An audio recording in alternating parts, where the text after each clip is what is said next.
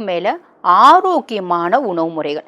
ஆரோக்கியமான உணவு முறைகள் அப்படின்னாலே ஃபஸ்ட்டு நம்ம பிரதானமாக நம்மளுக்கு என்ன வரும் அப்படின்னா, முளைக்கட்டின பயிறு வகைகள், கீரைகள், காய்கறிகள். ஒரு நாளைக்கு ஒருத்தவங்க காய்கறி 250 கிராம் குறைஞ்சது எடுக்கணும். அதிகபட்சம் 1.5 கிலோ வரைக்கும் எடுக்கலாம்.